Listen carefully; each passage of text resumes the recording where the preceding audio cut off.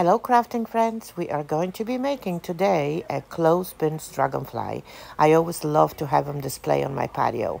So remove the metal parts out of your clothespins and let's begin.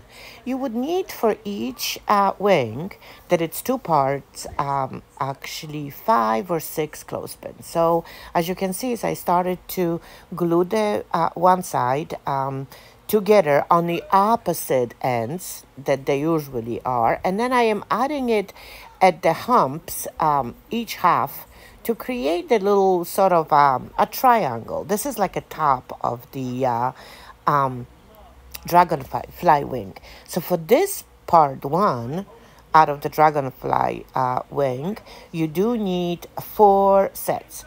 So now we are doing the second part. So now starting it the same way, but instead of gluing them right to the bumps on the side, I am going to glue them on the opposite side, as you can see it, right at its base.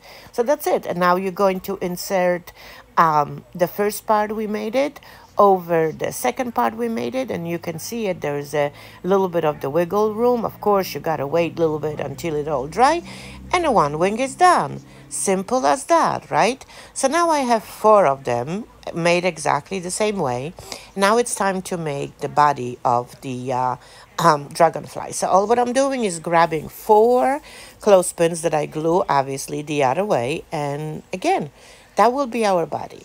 Okay, so we got the bones. Now let's decorate. There's so many ways that you can decorate. I love this dragonfly. There are so many ways you can decorate your dragonfly with. You can decoupage. I've done that. But this time I decided to simply paint this all with the chalk paint, because I do have a fawn powder, a nail powder that I found in my stash that I do want to use for this project. So here we go. As you can see, I'm going to actually link that nail powder in the description. So, but before I get there, I do not want it to cover with the Mod Podge. So I decided to simply apply the clear wax right to each part of my dragonfly, to make sure that my powder is going to get nicely attached. And right before it dries, look what happens. I just dipped my finger right in there, and I'm just trying to create some kind of a shading that I feel like it is appropriate for the dragonfly to have. Love the whole process. I tell you, it's super addicting to see how you can mix all that powder together. I'm so glad that I did have some gold on it. So I decided to just simply use it right closer to the body of the dragonfly. So it's again, the process is the same way. I apply the clear wax and then let the fun begin. I was trying, not going to lie, I was trying to stay close to the colors that I've done on the other 2 wings, but I did want to have them a slightly different look, because that's going to be the second set of the 4 that are there, right? So I absolutely enjoyed the whole idea of mixing those 2 nail powders right on my wing. Absolutely love. Look at that shimmer. Do you see it? Okay, let them settle a little bit, and now it's time to put the dragonfly together. Okay, so I would say is when you are going to have this dragonfly on a display outside, I would say don't use the hot glue. Use the regular wood glue, so the hot glue can actually melt. So that's it. My body is done. Look at this. I absolutely love it.